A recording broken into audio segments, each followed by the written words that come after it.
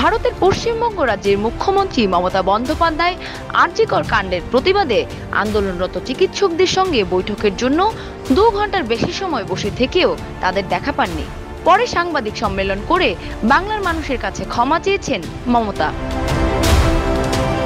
মূলত 10 সেপ্টেম্বর থেকে কলকাতায় স্বাস্থ্য ভবনের সামনে ধর্নায় বসেন জুনিয়র চিকিৎসকরা। পরে তাদের সঙ্গে বৈঠকে বসতে চান মুখ্যমন্ত্রী। তবে প্রথম থেকে এই বৈঠকে বসার জন্য 2টি শর্ত জুড়ে দেন চিকিৎসকরা।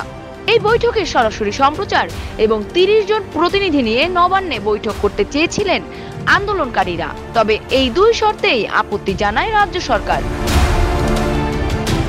বৈঠক ভেস্তে যাওয়ার পর 12 সেপ্টেম্বর মমতা বলেন, 3 দিনেও সমাধান করতে পারলাম না, বাংলার মানুষের কাছে ক্ষমা চাইছি।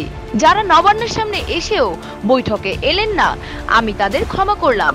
আমাকে অনেক অসম্মান করা হয়েছে, আমার সরকারকে অসম্মান করা হয়েছে, অনেক ভুল বোঝাবুঝি কুৎসা হয়েছে, সাধারণ মানুষ বোঝেনি। আমি পদত্যাগ করতে রাজি আছি, কিন্তু ওরা বিচার চায় না, চেয়ার চায়। আশা করি মানুষ এটা বুঝবেন। ওরা বিচার চায় না, ওরা চায় চেয়ার।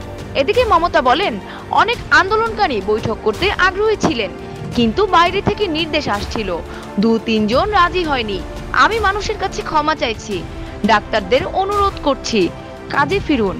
বাংলার মানুষের আবেগের কাছে আমি বলবো, আমি ক্ষমা চাইছি আপনাদের কাছে। পদত্যাগ করতে রাজি আছেন জানিয়ে রাজ্যের মুখ্যমন্ত্রী বলেন, কেউ কেউ বিচার চান না, চান ক্ষমতার চেয়ার।